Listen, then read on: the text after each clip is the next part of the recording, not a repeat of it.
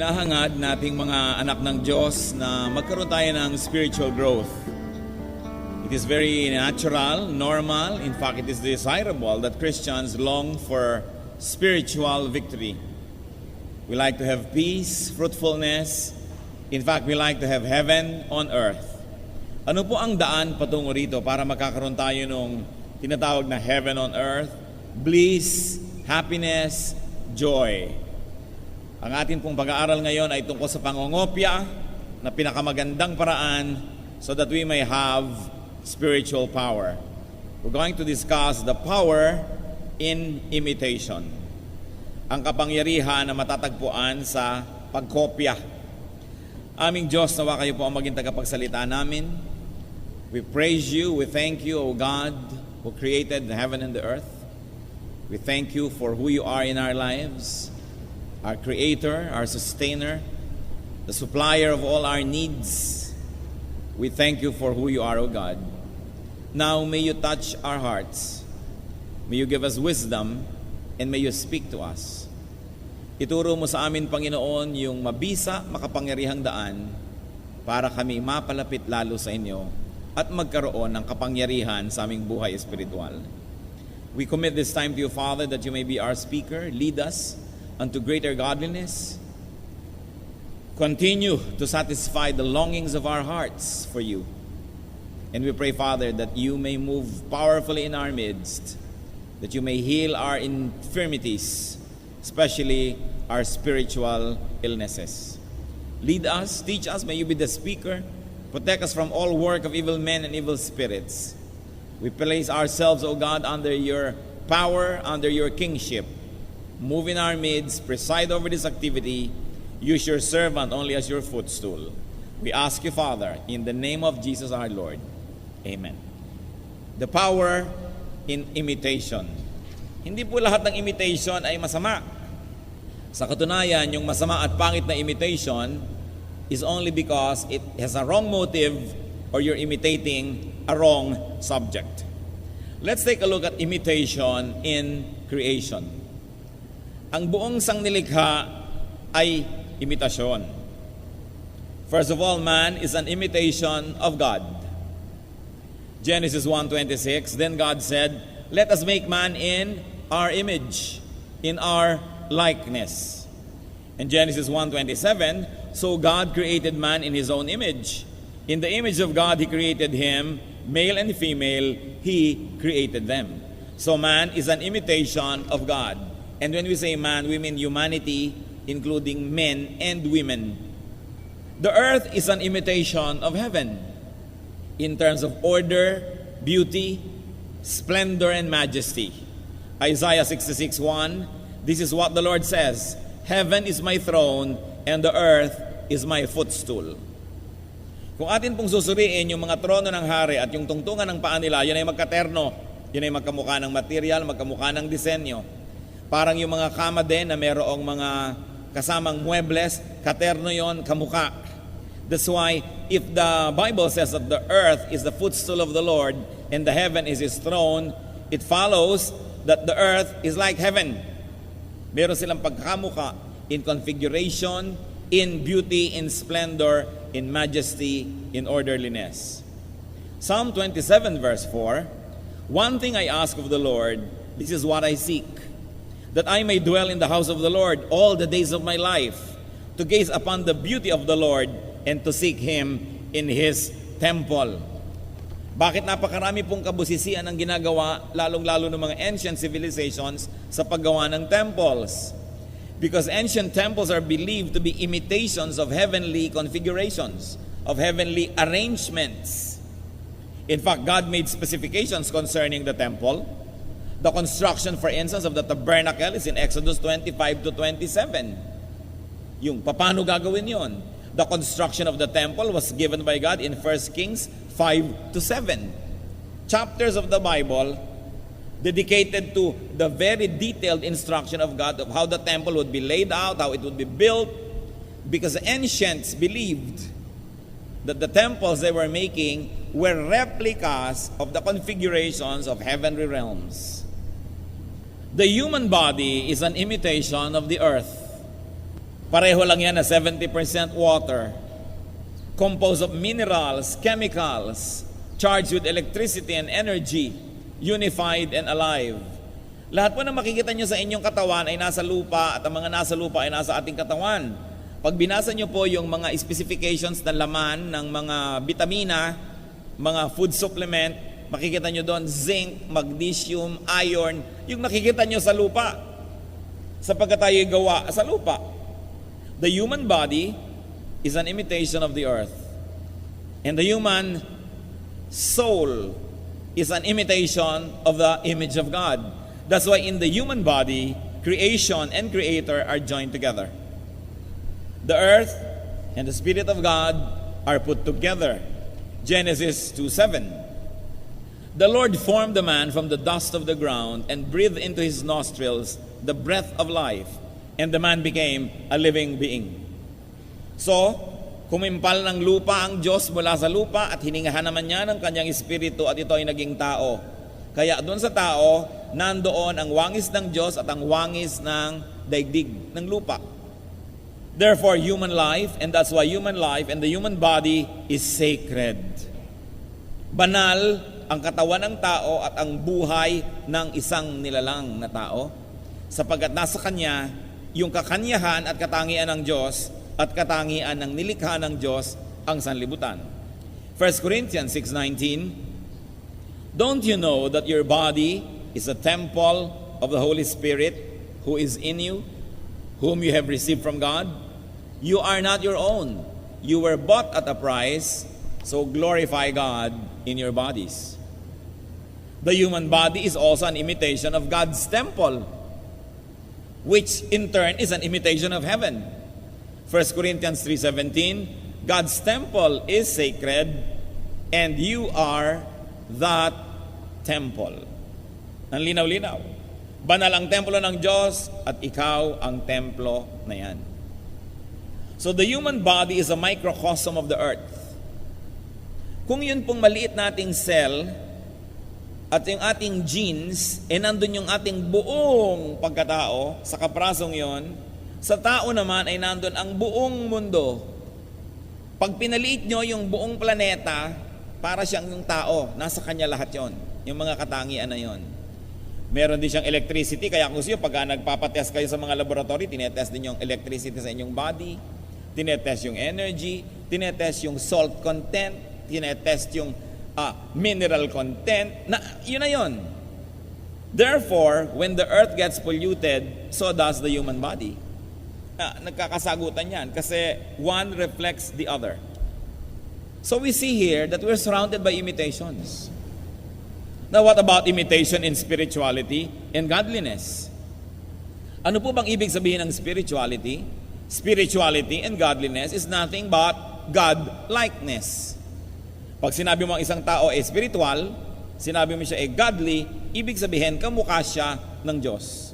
Kawangis ng Diyos. Ang kanyang espiritu, ang kanyang kaluluwa, ang kanyang asal, ang kanyang ugali ay kawangis ng Diyos. At ano po ang itinuturo sa atin ng Biblia tungkol sa imitation? Man is to imitate God. Marapat lamang na tularan ng tao ang Diyos. Ephesians 5:1, be imitators of God, therefore, as dearly loved children. Gusto po natin magkaroon ng power? We should imitate God. Imitate God, sabi. Be imitators of God, very clear. In fact, the first man and woman, Adam and Eve, were to imitate God. Genesis 1:26, then God said, let us make man in our image, in our likeness, and let them rule over the fish of the sea, and the birds of the air, over the livestock, over all the earth, and over all the creatures that move along the ground. Magkasunod to, sabi ng Diyos, likhain natin ang tao at gawin natin siyang kawangis natin, at hayaan sila na mamahala. Hindi ito maghari. Ang translation na rule, mas maganda na let them manage. When you go to the original language, let them manage the fish, the sea, the birds. Kaya po yung Tagalog na mamahala ay mas tumpak sa pag-govern. To rule is to take care of something or someone. At sa Tagalog language po, mamahala. Bakit mamahala? Kasi mamathala. Ibig sabihin, maging tulad ni Bathala. At ano si Bathala? Nagkakalinga, nagmamahal, nag-iingat. Kaya ang pamamahala ay tunay ay pamamathala. At pati ang ating gobyerno po ay lilinis, gaganda ang serbisyo kung hindi lamang lilimutin ang ibig sabihin ng pamahalaan. Ibig sabihin ay pamamahala ni Bathala, ibig sabihin maibigin, malinis, hindi corrupt, hindi mapagsamantala, kundi mapag-aruga. So ano po ang trabaho ng tao nung nilikha ng Diyos? Gawin ang trabaho ng Diyos, which is mamahala sa buong kalikasan, sa lahat ng hayop sa mundo. Kaya po ang ating planeta ay nagkakadaganyan-ganyan, nagkakawindang-windang, because man abandons his original calling to be like God, and that is to rule with kindness and compassion over the earth. What we're doing is we're abusing the earth, kaya napopollute, at dahil polluted ang hangin, hinihinga din natin, napopollute din ang ating katawan. There is nothing you can do to earth that you will not be doing to yourself. Because the human body is an imitation of the earth. What will happen to the earth will happen to the human body. Natural. So si Adam and Eve were to imitate God. The prophets, in fact, imitated God. Even godly kings are supposed to imitate God. Si King Josiah, for instance, sa 2 Chronicles 34, verse 2. He did what was right in the eyes of the Lord and walked in the ways of his father David, not turning aside to the right or to the left. So yun dapat ang ginagawa ng kings or ng mga prophet kings. Sundin ang kalooban ng Diyos. Jesus imitated God. Jesus imitated God the Father. John 7:28-29. Then Jesus, still teaching in the temple courts, cried out, "Yes, you know me, and you know where I am from. I am not here on my own, but he who sent me is true. You do not know him, but I know him, because I am from him, and he sent me." So ang sinabi niya, ang aking pagkain e gawin yung ipinagagawa ng Ama. My food is to do the will of the Father who sent me. John 5:17, Jesus said to them, "My Father is always at his work to this very day, and I too am working." Because the Father in heaven works, then the Son on earth works as well. It is an imitation. The disciples in turn were to imitate Jesus. And up to a great point, they did. Luke 9:1-2 and 6. When Jesus had called the 12 together, he gave them power and authority to drive out all demons and to cure diseases. And he sent them out to preach the kingdom of God and to heal the sick. So they went out and went from village to village, preaching the gospel and healing people everywhere. So ano po ang definition ng disciple ni Jesus? Yung mga gumagawa ng gawain ni Jesus. Those that imitate Jesus at work. So kung si Jesus ay may power and authority over demons, ganon ang in-exercise ng kanyang mga disipulo. Nagpagaling ng mga may sakit at nagturo tungkol sa kaharian ng Diyos at nagpunta sa mga bayan-bayan upang turuan sila at magpagaling ng mga may sakit. Kinokopya si Jesus. What is Christianity? Christianity is nothing else but imitating Jesus. Christianity is nothing else but Jesus-likeness, or you might want to say Christ-likeness. So ang tanong, Christian ka ba? Christian po ba kayo? Pag sabi mo, oo, syempre Christian ako. Teka. Do you imitate Jesus? Is your lifestyle an imitation of the lifestyle of Jesus? Is your value system, is your mission, vision, objective, goal similar to that of Jesus? Because Christians are imitations of Christ. Kaya yung iba po'y nakakalito kasi Christian ang tawag pero imitation of the devil. Kumisan, ang ugali. Nakakalito at sila man ay nalilito. Romans 8:29, "For those God foreknew, He also predestined to be conformed to the likeness of His Son." Makita niyo po? Yung mga numpaman ay alam na at kilala na ng Diyos, ay itinalaga na niya na maging kawangis ng kanyang anak. So that is what Christianity is all about, being like Jesus, imitating. Jesus. In fact, Paul imitated Jesus. Philippians 3:10-11, I want to know Christ and the power of His resurrection and the fellowship of sharing in His sufferings, becoming like Him in His death, and so somehow to attain to the resurrection from the dead. So yan po ang goal ni Paul, kopyahin si Jesus, maging sa kanyang mga pagdurusa, hanggang sa sundan siya sa kamatayan, para daw tulad ni Jesus, siya din ay bumangon mula sa kamatayan. Siguro itong si Paul, kung pwede lang pumili ng kamatayan, gugustuhin din niya mapako sa krus para talagang kopyang-kopya ang kamatayan ng Panginoon, kasi talagang idol na idol niya at gusto niyang kopyahin, pati suffering. Paul asked naman to be imitated by his followers and by his flock. 1 Corinthians 4:16, therefore I urge you to imitate me, sabi niya. 1 Corinthians 11:1, follow my example as I follow the example of Christ. Believers, the flock in a church, are to imitate their leaders in the leader's imitation of Jesus. Kaya reviewin natin itong mga kapatid na pinag-uusapan natin na imitation. The earth is an imitation of heaven. Man is an imitation of God. Even the temple is an imitation of heaven. Meanwhile, the human body is the temple of God's Spirit. So, in the human body, in the human person, nandoon yung creation, yung earth, at nandoon yung creator, yung God. Therefore, human life is sacred and the human body is sacred. That's why the human body must never be used in immorality, because it is sacred. Hindi pwedeng maghari din doon at gawing templo yon ng diablo, samantalang yon ay trono at templo ng Diyos. Tapos sinabi natin na ang tao ay imitation of God, nilikha sa wangis ng Diyos. Ang mga propeta were imitations of God, including sila Paul were imitations of Jesus. And Jesus imitated the Father in heaven. At ang mga followers ni Jesus at naging mga tinuruan ni Paul hanggang tayo, we should imitate our leaders as they imitate Jesus. So ito'y talagang pamana ng pagkukopyahan. Napakahalaga. Remember, sabi sa Hebrews 13:7, remember your leaders who spoke the word of God to you. Consider the outcome of their way of life and imitate their faith. So hindi masama yan nag-imitate. Tama lang dapat ang ating tinutularan. The flock is to follow and imitate their shepherd.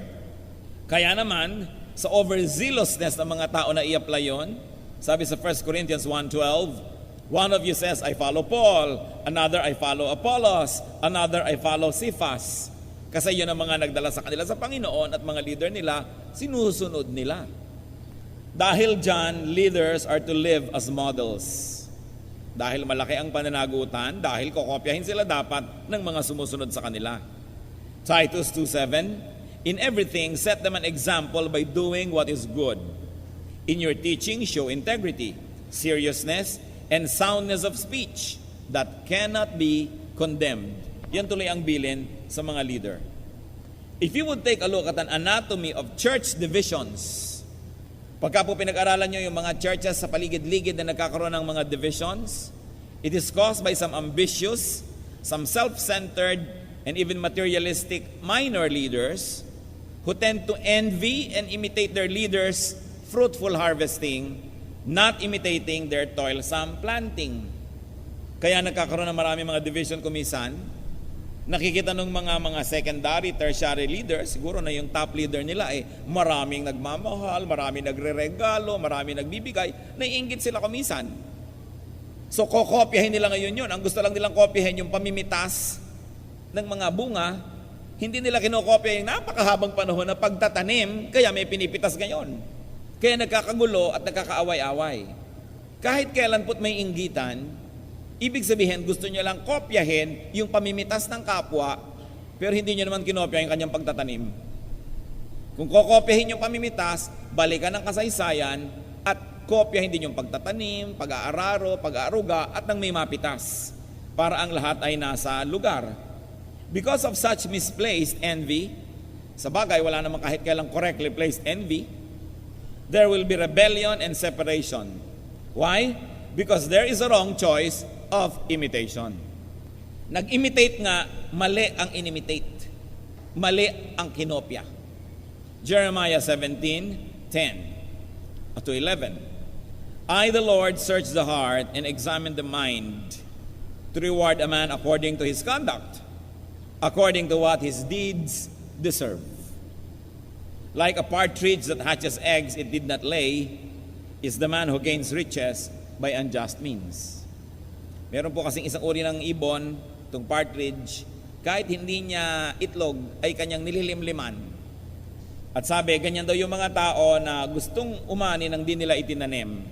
At yan daw ay kitang-kita ng Diyos, sinusuri niya, sapagkat ang Diyos ay nagbibigay ng gantimpala sa karapat-dapat, sang-ayon sa kanyang performance o sa kanyang pagsisikap at mga ginawa. Pag sinuri po natin ang mga bagay na ito, bakit natin pinag-uusapan ng napakaraming imitation? Because power is in imitation.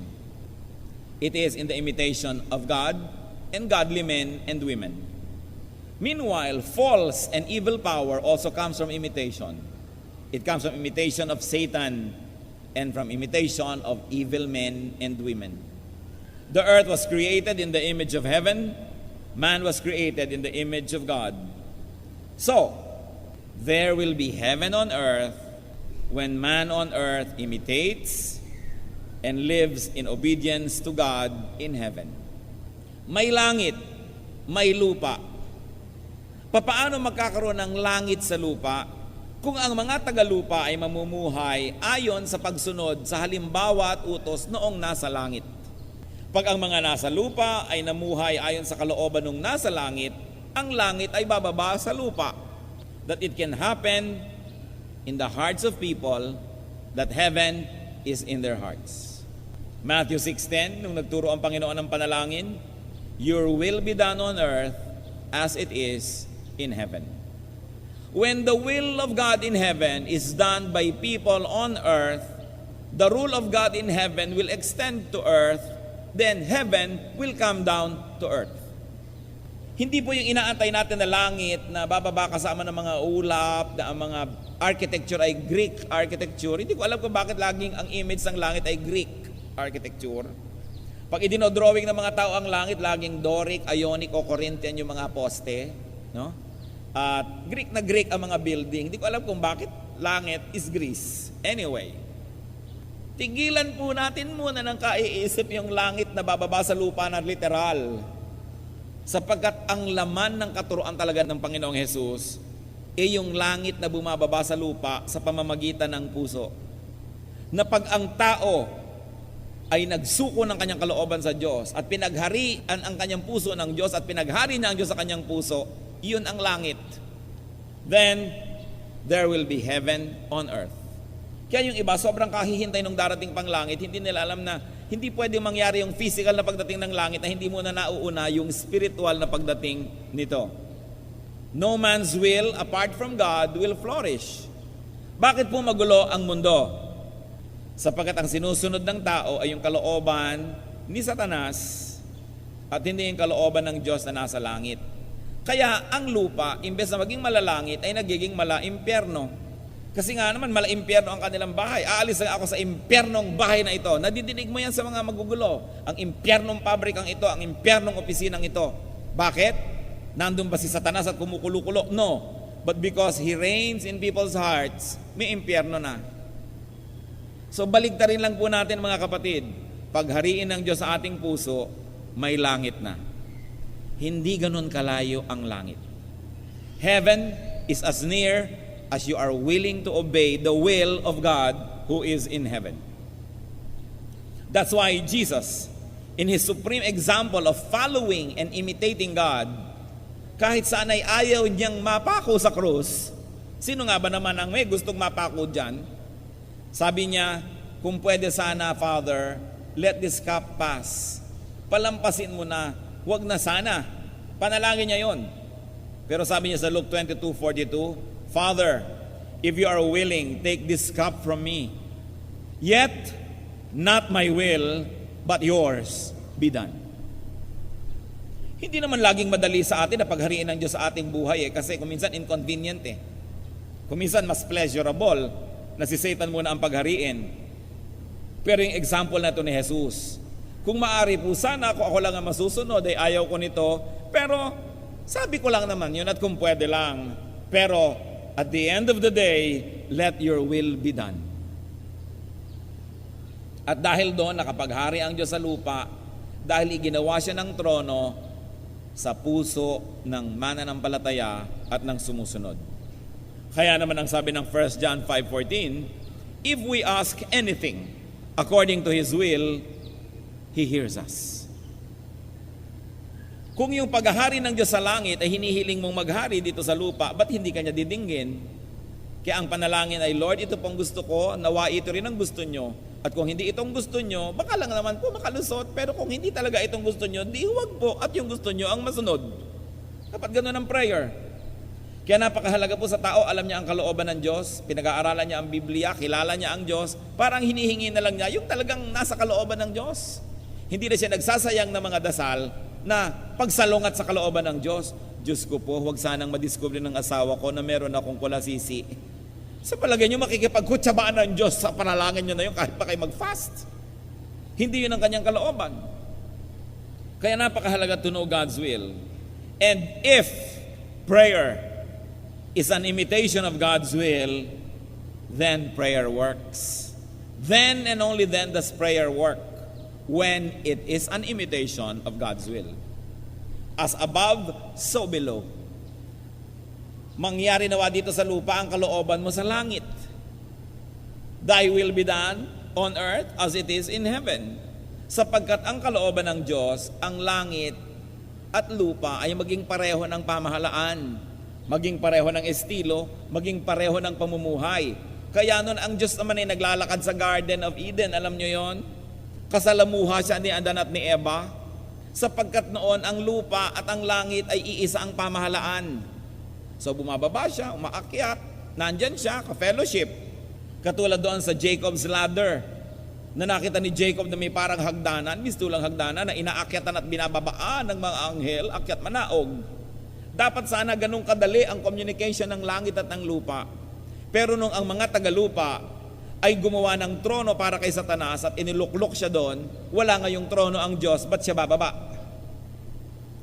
Para bumaba ang Diyos, gawan nyo ng trono. Kasi hari yan alangan naman paupuin mo sa monoblock.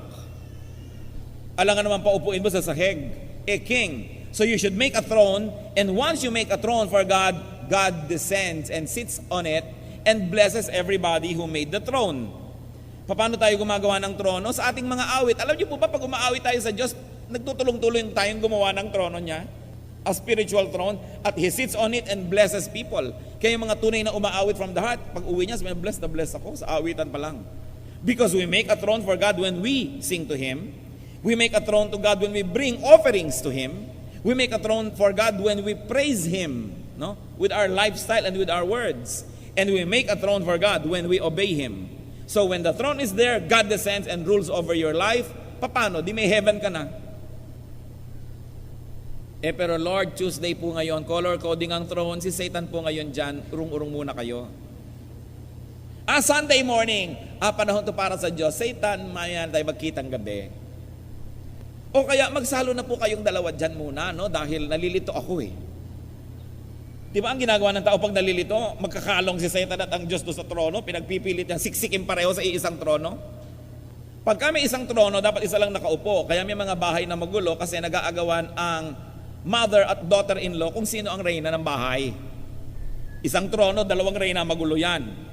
Kaya sinasabi natin lagi, pagbahay yan ng tatay nyo, ang reyna ang nanay. Pagbahay ng anak, ang reyna yung asawa ng anak, hindi yung nanay. Kasi yung nanay, reyna sa bahay ng asawa niya, at ang daughter-in-law, reyna sa bahay ng anak nyo. Ganun dapat, para walang gulo. Kung nag-aagawan ang gulo. Kung yung pag-aagawan lang na magbiyanan sa trono ay nagkaka-impyerno ang buhay, sa palagay nyo ano mangyayari kung si Satan ang kaagaw ni Lord sa trono ng puso natin? At madalas si Satan pa na pagbibigyan. May dalang Bible, pupunta sa lugar ng kasalanan, itatago mo na yung Bible doon sa malayo-layo para hindi naman nakakasiwa. Huhubarin muna yung mga wedding ring at kung ano-ano, magtatanggal ng mga katibayan, no? Para dumali ang paggawa ng mali. Kaya hindi dapat hati ang puso. Kahit po sa psychiatry, kahit sa psychology, yung may split personality, nagkakasira-sira yon kasi lito siya kung ano siya. At maraming tao hindi naman talaga possessed. Nag-i-split personality lang kaya naiiba yung boses, naiiba yung pagkataong ganon. Kasi meron siyang tunay na pagkatao, hindi niya na ilalabas. At naipon na yun ang naipon, pilit na ngayong lumalabas. Akala tuloy nila possess. Konti lang yung may ganong symptoms sa spiritual yung possession. Most of the time, it is a psychiatric case. A psychological problem. Dahil may tunay siyang pagkatao, hindi niya mailabas-labas. So dapat ang puso buo. Ang puso isa. You want God's kingdom? The kingdom of heaven is on earth in an individual's heart that worships God and obeys God. Kaya ang sabi ng Panginoong Jesus sa Luke 17:21, the kingdom of God is where? Within you. Wala sa ulap. Sa katunayan, kung nag-aeroplano kayo, lalampasan nyo yung mga ulap, hindi nyo nabangga yung mga Greek buildings doon. Wala doon ang langit. Nasa puso. Ang tanong, sino naman kasi ang hari sa puso nyo para magkaroon ng langit? Sasabihin nyo, hari naman si Lord dyan. Oo nga, pero isa lang palang kompartamento. Yung palang puso, maraming mga kwarto-kwarto. Isa lang doon naghahari ang Diyos. Dito ang hari si taning, doon ang hari yung ganito, yung ambisyon. Dito ang hari, pera. So, color coding. Hati. Kaya kahit sa atin pong kultura, hinahangaan yung buo ang loob. Isa ang loob. At alam nyo, ang tao nagkakalito-lito pagka hati ang loob. Pag sinabi ng naku, nagdalawang loob, walang mararating. Kasi dapat isang loob lang. You want heaven in the next life? That's good. Be of God, imitate God now. John 13:15, I have set you an example that you should follow or do as I have done for you. Sabi ni Jesus. And 1 Peter 2:21, to this you were called, because Christ suffered for you, leaving you an example that you should follow in His steps. Wala namang masama na hangarin natin yung langit sa kabilang buhay, pero don't miss out on the heaven that is here and now. You want heaven on earth? You want heaven now? Have it personally. Have it in your heart. Imitate God now. Be a now believer. Hindi puro bukas-bukas. 1 Peter 1:15-16. But just as He who called you is holy, so be holy in all you do. For it is written, be holy because I am holy. So ano pong inuutos ng Diyos? Gayahin niyo ako. Magpakabanal kayo dahil ako'y banal. Luke 19:9, Jesus said to him, today salvation has come to this house. At bakit nasabi yan ni Lord kay Zacchaeus? Si Zacchaeus na dating mandaraya, chief tax collector, maraming dinaya. Nung napagtanto niya ang kanyang kalagayan, ay nagbagong loob. At sabi niya, lahat po ng dinaya ko ibabalik ko times 4. Kalahati ng kayamanan ko ibibigay ko sa mahihirap. Sabi bigla ni Lord, today, salvation has come to this house. Sinunod ba niya yung ABC of salvation? Hindi. Pero nakita natin yung bunga ng ABC na yon. Bunga agad, meron siyang pagbabagong loob, pagbabalik loob sa Diyos, at naging isang loob na lang.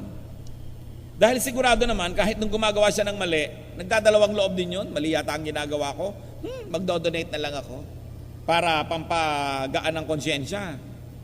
May ginagawa yata akong mali, di bale, reregaluhan ko na lang. Na-abuse ko na yata itong kung sino man, pero hindi bale, lalagyan ko na lang siya ng konting pabuya. Kasi kahit gumagawa ka naman ng masama, magdadalawang loob ka dahil merong kang image of God in you. So even we're doing wrong and evil, we still suffer this split personality syndrome because the image of God in us is always what? Reminding us na hindi dapat ganon. So para tahimik ang buhay mga kapatid, mag-isang loob na lang. Yung image ng Diyos sa atin, yung ating mabuting side, yung ating makadiyos na pagkatao, yun ang lagi nating sundin, pagbigyan, yun ang palaguin, palakasin, para isang loob ka lang. Then iisang hari, isang loob, isang trono. Then heaven will descend in your life. It is important that salvation comes to you, not in formula, not in an oversimplified way, but in your very clear understanding of what it means to let God rule in your life. Magi-imitate na rin lang, let's imitate God. Brothers and sisters, do not imitate Satan. Ano nangyari kay Adan at Eva nung kinopya nila yung ahas? Sabi ng ahas, naku, hindi totoo yan. Hindi kayo mamamatay. Hindi totoo ang sabi ng Diyos. Anong ginawa nila nung kinain nga nila yon? Kutakot-takot na sumpa ang dumating sa kanilang buhay. At ngayon, kung magulo po ang ating buhay mga kapatid, either tayo o mga malapit sa atin, si Satan ang kinokopya. Kung tayong kumokopya, nagugulong buhay natin. Kung yung mga mahal natin sa buhay, nadadamay tayo. Kaya nagkakadamay-damay. Mga tatay, mga nanay, lalo ang mga tatay, oras na kinopya nyo si Satanas, madadamay ang buo nyong pamilya kasi kayo yung leader.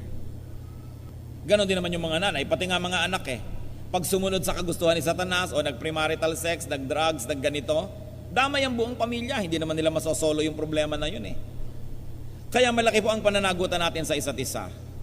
Kung sa inyo lang ay gusto nyo nang itapon ang inyong buhay at pwede na sa inyong maipatapon-tapon, huwag nyong kakalimutan na pagka kayo ay na-damage, sa gustuhin nyo mat hindi, damay ang buo nyong pamilya.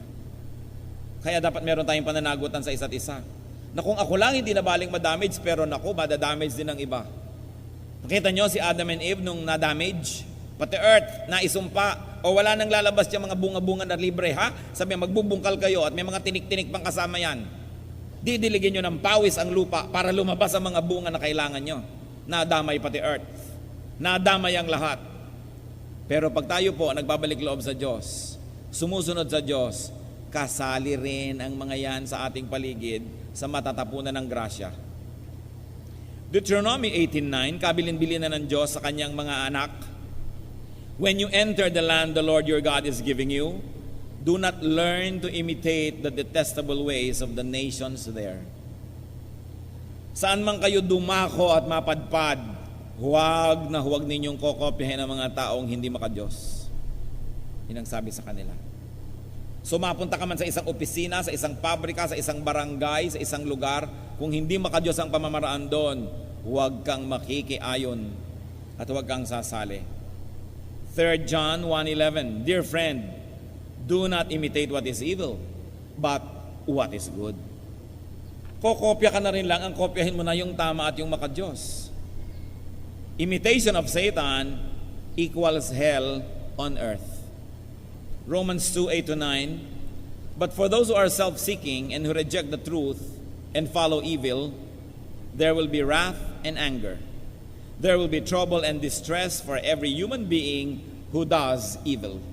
Yan daw po ang magiging bunga ng paggawa ng mali, pagdurusa. Kaya mamili. And it's very important, be pure. Be single-minded. Meron pa dyan may mga asawa, sasabihin sa kanyang kaibigan, naku, nalilito ako, nagdadalawang loob ako. Ba't ka nalilito? Nalilito ako kasi may nanliligaw sa akin, tapos may asawa naman ako. Basta ba't pak! Anong nakakalito doon? May asawa ka, nalilito ka pa. Huwag ka nang malito, doon ka sa asawa mo. Yun naman kasi mga ibang kaibigan, ano bang itsura nung nanliligaw sa iyo?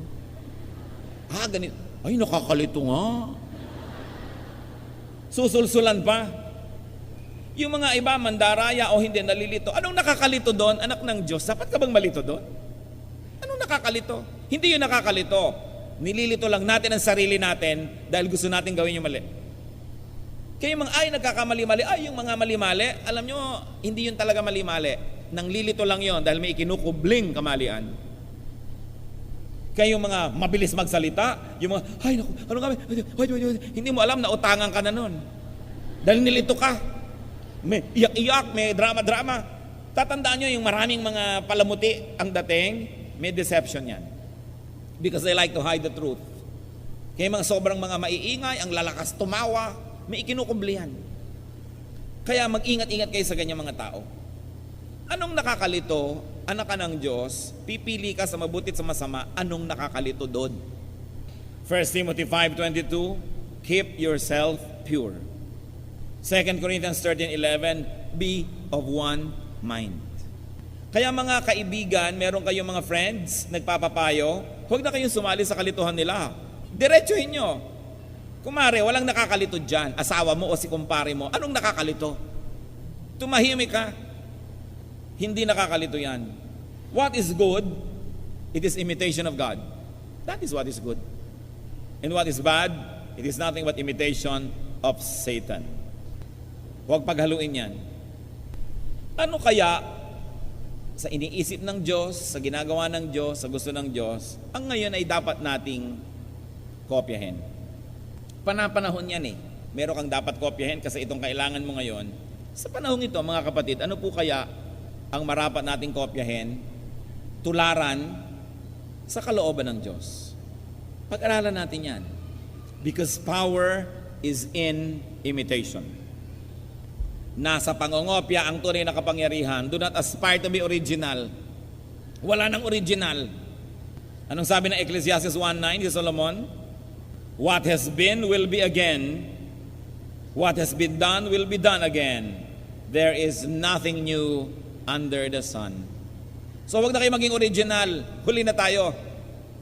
Wala na kayong maiimbentong kabutihan na hindi na nauna ang Diyos na ginawa. At wala na tayong maiimbentong kasalanan na hindi ginawa sa Sodom and Gomorrah at sa mga naon ng mga sibilisasyon. Huwag na kayong maging unique. Just imitate. Just be sure that we imitate God. Because when we imitate God, we all become the same. When we are the same, we have unity. Then there is peace. Powerful people are imitators of God, of godly models and godly leaders. In fact, many historians believe that a civilization's golden age is when it is closest to the divine, to its indigenous understanding of the divine. Kaya bawat sibilisasyon may mga golden age na dumadating at umaalis. Ang sinasabi ng maraming historiador, yung mga golden age na yan, doon sila pinakamalapit sa lumikha. Kaya dumating ang kanilang golden age. Tayo man, na golden age na ba? Na golden age na ba ang Pilipinas, for instance? At tayo in our individual lives, matasabi naman natin, nagkaroon ako ng golden age, mga 5, 10, 15 years, 20 years, na talagang everything I touch turn into gold. Napaka-fruitful, napakaganda. It happens when we are close to the divine. Philippians 3:17, join with others in following my example, brothers, and take note of those who live according to the pattern we gave you. So ang mga lingkod ng Diyos, nagbigay na, nag-iwan na ng mga halimbawa kung anong dapat tahakin na landas, anong mga dapat gawin. Ang tanong na lang natin, how should we in our personal lives imitate God? Heavenly Father, salamat na lamang at kayo'y nagbigay ng napakaraming halimbawa na kaibig-ibig at mabuti namang kopyahin kayo.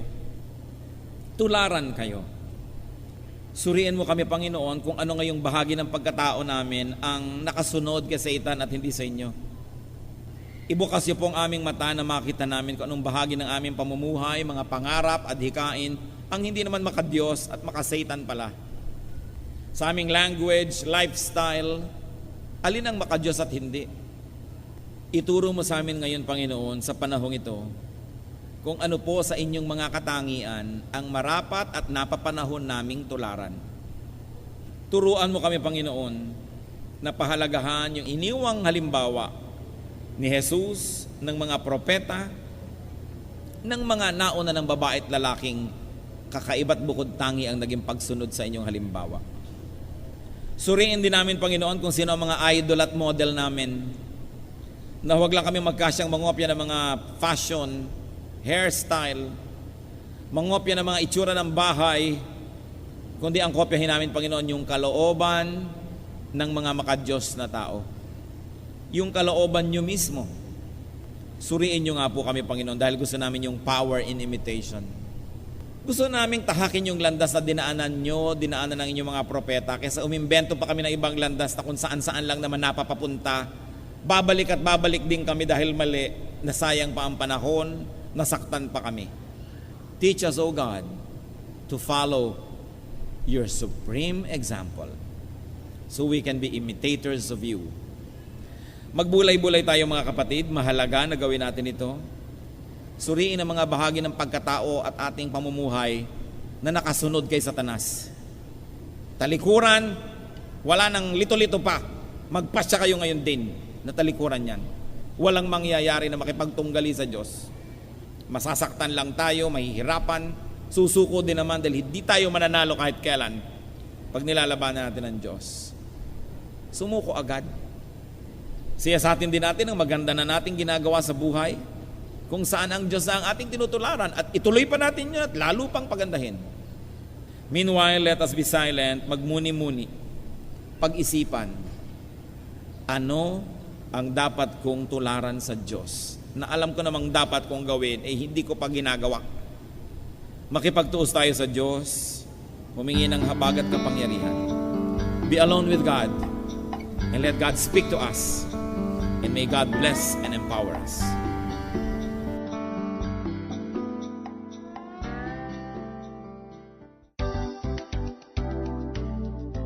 We hope you enjoy listening to Pastor Ed Lapi's Messages, Volume 5.